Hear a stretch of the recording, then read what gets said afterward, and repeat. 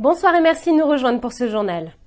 Et l'on commence avec cette nouvelle, le jeune agresseur du collège de la Pointe des Châteaux qui avait torturé et agressé un adolescent atteint de troubles autistiques est définitivement exclu.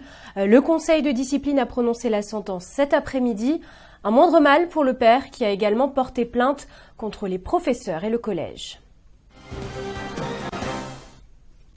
Une opération de pêche prévue dans un des bassins du chantier de la nouvelle route du littoral. Les ouvriers y ont aperçu un aileron de requin. Pour le moment, l'exploitation des images par le centre de ressources et d'appui sur le risque requin n'a rien donné à cause de la turbidité de l'eau. Le squale serait prisonnier du bassin côté digue de la Possession. L'heure du bilan pour la région qui présentera demain son compte administratif de l'année 2017 en assemblée plénière. Un compte à l'équilibre pour la collectivité malgré l'impact des travaux de la NRL. Le point au micro de Samuel Herlepen. 2017 est marqué par une situation et une évolution budgétaire et financière toute particulière et j'allais presque dire assez exceptionnelle, puisque nous avons réussi donc une fois de plus à passer le cap donc du milliard d'euros d'engagement pour la collectivité régionale, donc plus d'1,2 milliard donc consacré donc à la fois à des programmes d'investissement, mais aussi à des programmes de fonctionnement comme la continuité territoriale par exemple. Et la collectivité régionale, deuxième élément, continue à beaucoup investir, puisque ce sont plus de 700 millions d'euros qui sont consacrés à l'investissement. Et je le dis également, pas simplement au projet de la nouvelle route du littoral, puisque nous sommes dans une logique qui est celle de continuer à irriguer l'ensemble des thématiques, que ce soit au niveau des lycées, donc de l'éducation, mais également de l'ensemble du réseau routier, des problèmes liés au développement du transport. Donc c'est tout cela qui fait partie aujourd'hui du bloc moteur d'ensemble, donc du programme d'investissement. Le résultat, l'épargne brute donc de la collectivité, qui permet de mesurer finalement notre capacité d'autofinancement, qui permet de mesurer la différence entre les dépenses de fonctionnement et les recettes de fonctionnement. Donc cette épargne brute donc, est de plus de 150 millions d'euros donc en 2017. Serez-vous plutôt foot ou fête de la musique ce soir? La France affronte le Pérou, mais les supporters seront également accompagnés par les fans de musique. En tout cas, la soirée s'annonce festive. Voyez plutôt sur ces images signées Pascal Robert. On était fixé sur la Coupe du Monde, donc la fête de la musique, je sais que ça se passe surtout vers Saint-Denis et que c'est beaucoup plus calme dans notre zone.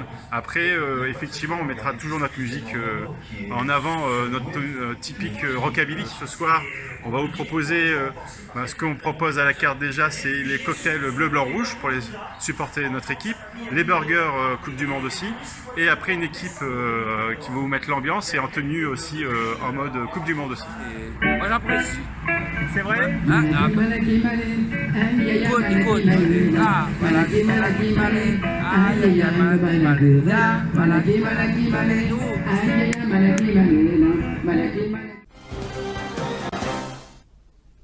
Et l'on termine avec les préparatifs du traditionnel défilé du Grand Boucan.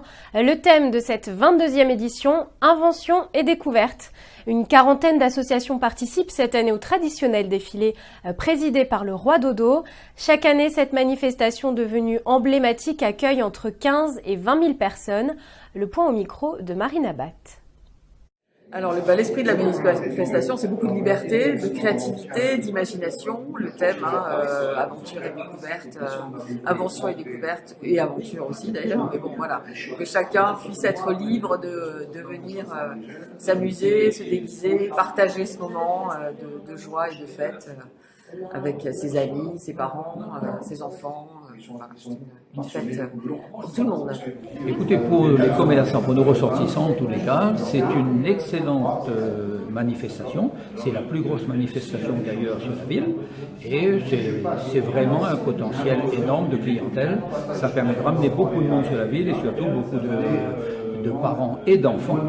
Et ça permet de faire connaître les commerces, de développer, je dirais, de développer la destination Saint-Gilles, qui est quand même la première ville balnéaire de la Réunion et qui mérite quand même qu'on y vienne plus souvent peut-être, et ça permet de positionner la ville. On met l'accent aussi sur l'effectif, on est à 130 hommes qui sont répartis entre la gendarmerie, la police municipale, les ASVP et bien sûr la sécurité, l'entreprise de sécurité privée.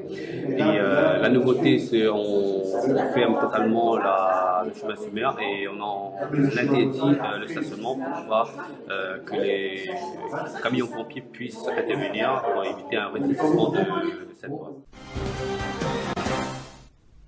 Et le programme ainsi que l'itinéraire du défilé à retrouver sur notre site. C'est la fin de ce journal. Très belle soirée à vous. À demain.